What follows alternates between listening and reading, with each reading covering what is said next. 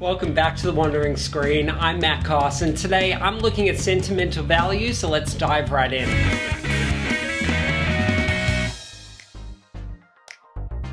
There are some actor and director partnerships that feel perfectly symbiotic. We talk a lot about Emma Stone and Yorgos Lanthimos, Michael B. Jordan and Ryan Coogler, and for good reason, but right now, another one of those most vital creative partnerships in cinema is Joachim, Trier and Renate Reinsve. What they have together is electric, it is intuitive, and it feels like they push each other into deeper, stranger, human, more emotionally revealing territory every time they collaborate. Sentimental Value is the best example of that so far, following the success of Worst Person in the World. I walked out of this movie completely flattened and also feeling like I'd witnessed something that understands artists and families with rare honesty. Sentimental Value won the Grand Prix at Cannes this year, and it makes sense. Trier is working at the top of his game, and Renate Reinsve gives a performance that is so unpredictable and so emotionally raw that you almost want to look away at times.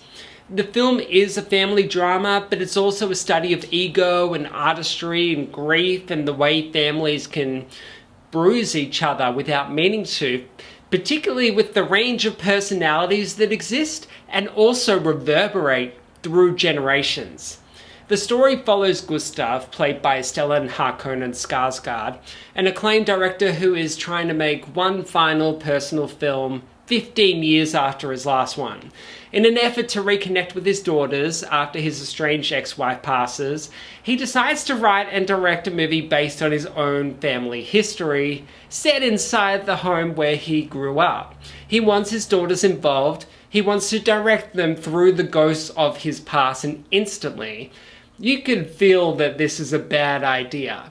This is a man who understands cinema deeply, but struggles with emotional responsibility, much like his daughter Nora, Renate Reinsve, a successful theatre actress who struggles in her personal life. As a director, Gustav is brilliant. As a person, he is very difficult. His daughters are Nora and Agnes, played by Inga Imsdotter Lilias, and they've navigated a difficult childhood with an absent father. Nora became a stage actress. She's talented, ambitious, and completely consumed by her work in ways that feel both admirable and destructive. The film actually opens with her backstage battling intense stage fright while preparing to go on. It's so real and so tense that I felt my stomach churn. Acting is hard. As Gustav puts it, it erodes your confidence. It demands exposure and validation at the same time, and Reinsve makes that internal conflict visible on her face. Every choice she makes is surprising, and she plays Nora as someone constantly teetering between performance and collapse. Agnes, on the other hand, chose stability. She's got a steady job, she got married, she's got a kid, and she built a grounded life. It's the opposite of Nora's chaos, and their differences create a constant strain between them. They love each other, but they live in separate emotional worlds. That tension becomes one of the most compelling threads of the film, especially as they navigate their father's return and the script he's written. Gustav wants Nora to play the lead in his new film, a role he essentially wrote for her loosely based on his mother's mental health issues, but she refuses. Their relationship is too fractured. She's still carrying the weight of his absence and the grief of losing their mother, who passed away after a long illness before the film begins. When Nora turns him down, Gustav casts an American actress instead. Enter Rachel Kemp, played by Elle, who is a bankable star looking to stretch her acting muscles. Rachel becomes a mirror for both Nora and Gustav, reflecting their insecurities, their ambitions, and their unresolved pain. One of the most fascinating ideas in Sentimental Value is how Trier uses the act of performance to explore identity. There are two separate sequences where both Nora and Rachel read the same monologue at different points in the film.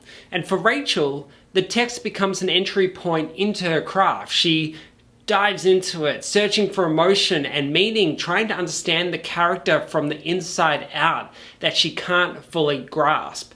For Nora, the same monologue feels like reading a journal entry. It's personal and painful. It's her life disguised as art by the hands and imagination of her father. The contrast between the two performances is a revelation, showing how people approach the same material completely differently depending on their experiences. It becomes this beautiful meditation on how art can heal, even when it comes from wounds that still feel open. Skarsgård is fantastic as Gustav. He is sensitive one moment and imposing the next. He walks through the film dressed in near darkness, almost as if a cloud is always following him. His presence is very heavy. You feel his mistakes before you even learn what they are. And Trier uses physical distance to capture the emotional distance inside this family. The film is filled with quiet gaps where love should be. Trier also plays with structure in a really interesting way. If you've seen some of his earlier work like Louder Than Bombs, he loves exploring memory and fragmentation and perspective. Here he punctuates entire scenes with abrupt cuts to black. They feel like stage transitions, like the lights going down between acts. It gives the movie the rhythm of a play, which feels perfect since so much of the story revolves around performance. It also mirrors the way these characters compartmentalize themselves. They shut down, they restart, they stumble into the next emotional beat, whether they are ready to or not.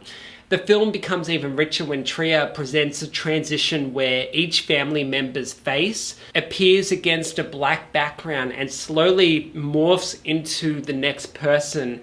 And it reminds you that we become our families whether we want to or not. We inherit their grief, we inherit their humor, their habits, and sometimes even the things they never wanted to pass down. Fanning delivers what might be career best work, balancing eagerness and intelligence and vulnerability that sneaks up on you. Lilias is the soul of the film and shines as Agnes. It's no wonder she's getting so much recognition this award season. She starts the film with a quiet presence, but gradually she becomes its emotional anchor.